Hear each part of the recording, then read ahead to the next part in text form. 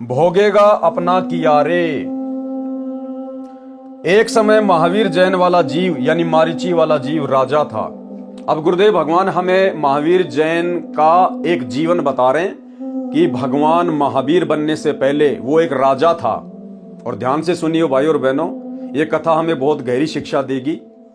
हमने किसी का भी अहित नहीं सोचना है, हमने किसी के साथ भी बदतमीजी नहीं करनी, जबरदस्ती नहीं करनी, मन में भी किसी के प्रति हमने बुरा नहीं सोचना है। हाँ, जो सत्य है वो डंके की चोट पर कहेंगे, विदुर की तरह कहेंगे, भले थप्पड़ लगे लेकिन परमात्मा का थप्पड़ पड़ने से बच जाएंगे।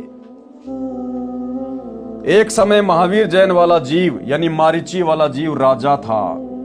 उसका एक विशेष नौकर था। राजा का मनोरंजन करने के लिए एक वाद्य यंत्र बजाने वाली पार्टी होती थी। राजा धुन सुनते सुनते सो जाता तो वह तान यानी वो धुन बंद कर दी जाती थी। राजा अपने महल में पलंग पर लेटा लेटा धुन सुना करता। अपने नौकर को कह रखा था कि जब मुझे नींद आ जाए तो बाजा बंद करा देना। एक दिन नौकर आनंद मगन होकर धुन सुनने में लीन हो गया। उसको पता ही नहीं चला कि राजा कब सो गए। शोर से राजा की निंद्रा भंग हो गई। राजा जब उठा तो मंडली बाजा बजा रही थी। राजा को गुस्सा आया, उस नौकर को दंडित करने का आदेश सुना दिया कि इसने मेरे आदेश को अनसुना किया है। इसके कानों में कांच पिघलाकर गरम गरम डालो। नौकर ने बहुत प्रार्थना की, क्षमा कर दो, आगे से कभी ऐसी गलती नहीं करूंगा। परंतु अहंकार वश राजा ने उसकी एक नहीं सुनी और सिपाहियों ने उस नौकर को पकड़कर जमीन पर लेटाकर दोनों कानों में पिघला हुआ गर्म कांच यानी शीशा डाल दिया। नौकर की चीख हृदय विदारक थी। महीनों तक दर्द के मारे रोता रहा। उसके बाद समय आने पर राजा का देहांत हुआ।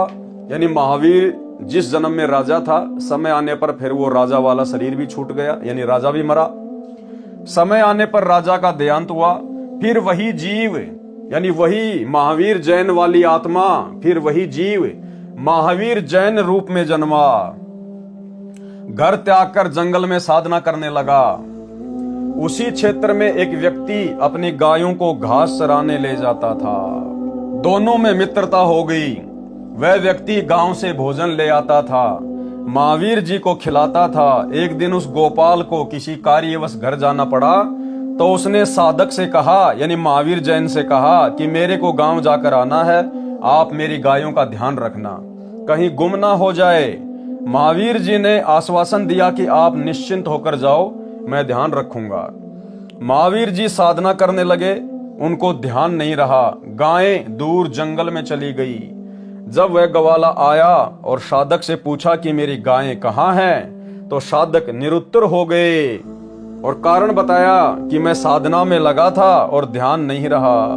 ग्वाले को पता था कि गायें जंगल में गहरा जाने के पश्चात जीवित नहीं बचती, क्योंकि वहां शेर, चीते आदि खूंखार जानवर बहुत संख्या में रहते थे।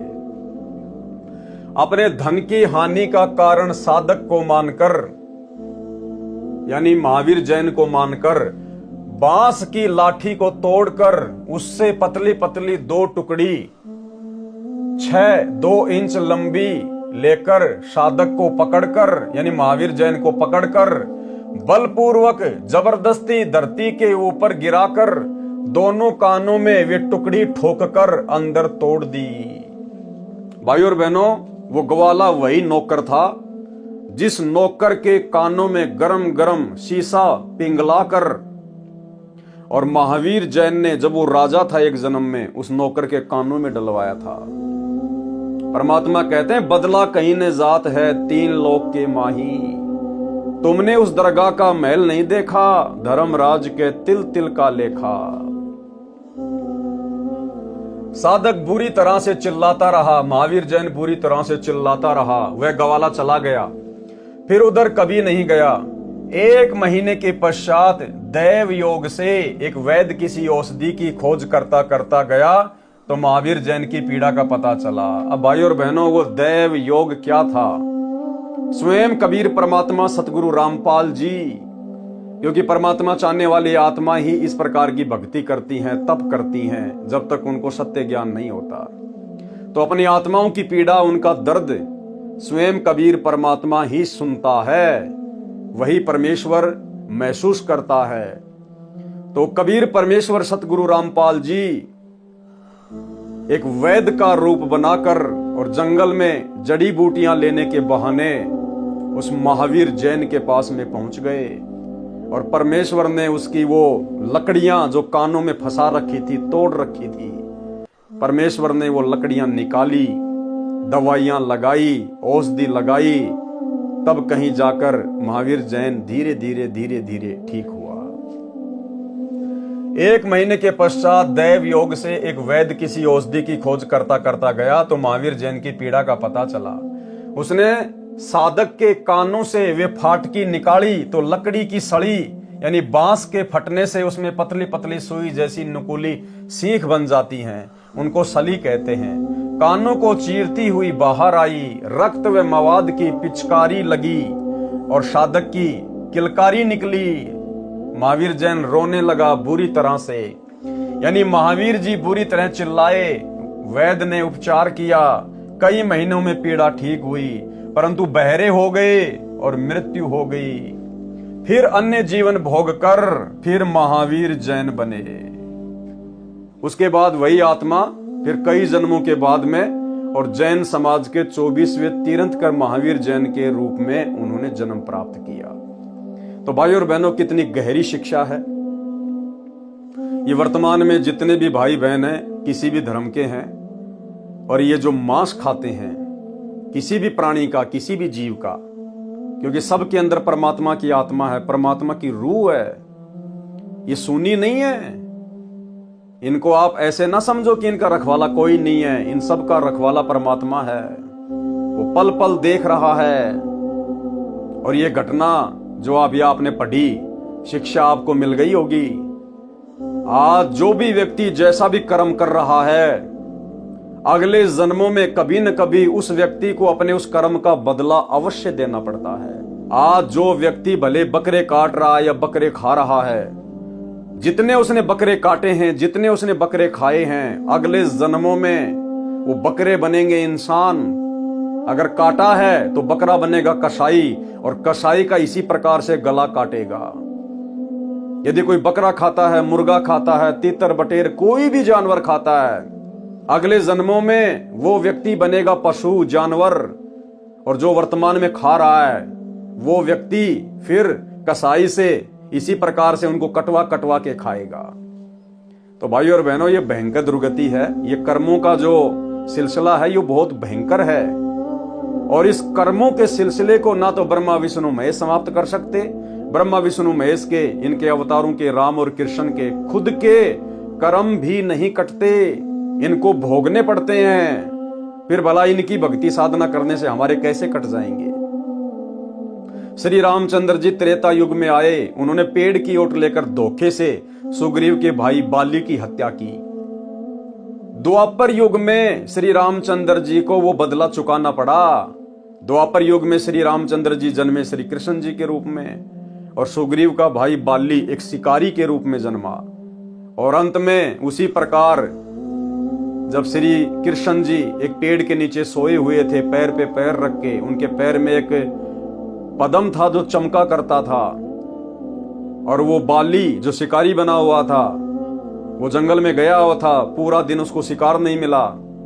अंत में उसने देखा कि एक कोई वस्तु चमक रही है, झाड़ियां थी, पेड़ के पत्ते थे, तो उसने सोचा कि ये कोई जानवर है, कोई हिरण है, और इसकी आंख चमक रही है सूर्य के प्रकाश से, और यदि मैं आवाज करूंगा, शोर करूंगा तो हो सकता है ये भाग जाएगा, और आज पूरा दिन हो गया, शिकार मुझे मिला नहीं। तो हिरण की आंख समझकर श्री कृष्ण जी के उस पदम वाले पैर में उस बाली वाली आत्मा ने, उस बालिया नाम के शिकारी ने तीर मार दिया, जहरीला, जहर से बुझा हुआ तीर। श्री कृष्ण जी की तड़प तड़प कर मृत्यु हो गई। तो जब ये 3 लोक के भगवान ही अपना कर्म नहीं काट सकते तो अपने भक्तों का कहां से काट देंगे। तो भाई और बहनों, ये कुकर्म करने से बचिए। परमात्मा धरती पर है। आप ये जितने भी कुकर्म कर रहे हैं, आप अपनी अज्ञानता में कर रहे हैं। आप जिस भी धर्म से जुड़े हुए हैं, आपका जो भी धर्मगुरु है, उसको कंप्लीट ज्ञान नहीं है, उसको तत्व ज्ञान नहीं है, शास्त्रों की, धर्म की, कर्म की जानकारी नहीं है।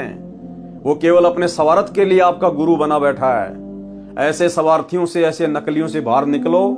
सतगुरु रामपाल जी के यूट्यूब पर सत्संग सुनो और भाई समय रहते इनके ज्ञान को स्वीकार करो, इनकी शरण में आ जाओ। अन्यथा ये बदला जो कर्म आज आप कर रहे हो, ये बहुत भयंकर तरीके से इनका निपटारा करना पड़ेगा, बहुत दुखी हो जाओगे।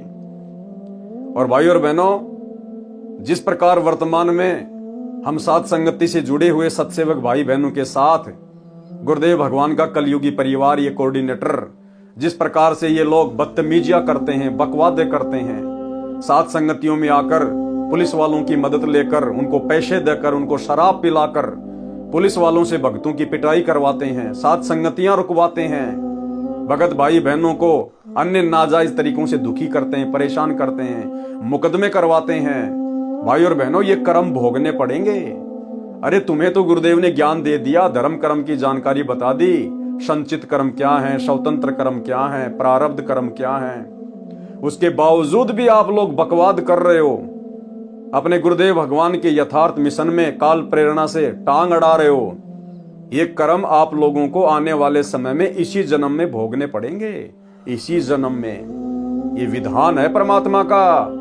ये भगवान, ये कबीर देव, सतगुरु रामपाल जी किसी का शागा नहीं है। आप रोजाना नित्य नियम करते हो, लेकिन वाणियों का ध्यान नहीं आपको, क्या बोल जाते हो, वाणियों का अर्थ क्या है। परमात्मा कहते हैं परम शक्ति संगीतम रिद्धि सिद्धि दाता सोही अविगत गुण अतीतम सत्य पुरुष निर्मोही। सत्य पुरुष कौन? सतगुरु रामपाल जी निर्मोही, उनको किसी का मोह व्याप्त नहीं है। जैसा जीव करेगा वैसा ही परिणाम भोगना पड़ेगा। तो भाई अपनी दुर्गति मोल मत लीजिए जबरदस्ती। गुरुदेव भगवान से अपने कुकर्मों की माफी मांगिए। जो कुकर्म आप सतलोक आश्रमों से जुड़े हुए भाई बहनों ने, गुरुदेव भगवान के कलयुगी परिवार ने, इन कोऑर्डिनेटरों ने 2014 बरवाला कांड के बाद से भगत समाज की मर्यादा तोड़वा कर किया है और साध संगति से जुड़े हुए भाई बहनों को नाजायज परेशान करके किया है। आप लोगों ने तो अपने सिर पर पाप कर्मों की गठरी बांध ली है। हल्का करना चाहते हो तो फिलहाल समय है, गुरुदेव भगवान से क्षमा याचना मांग लो।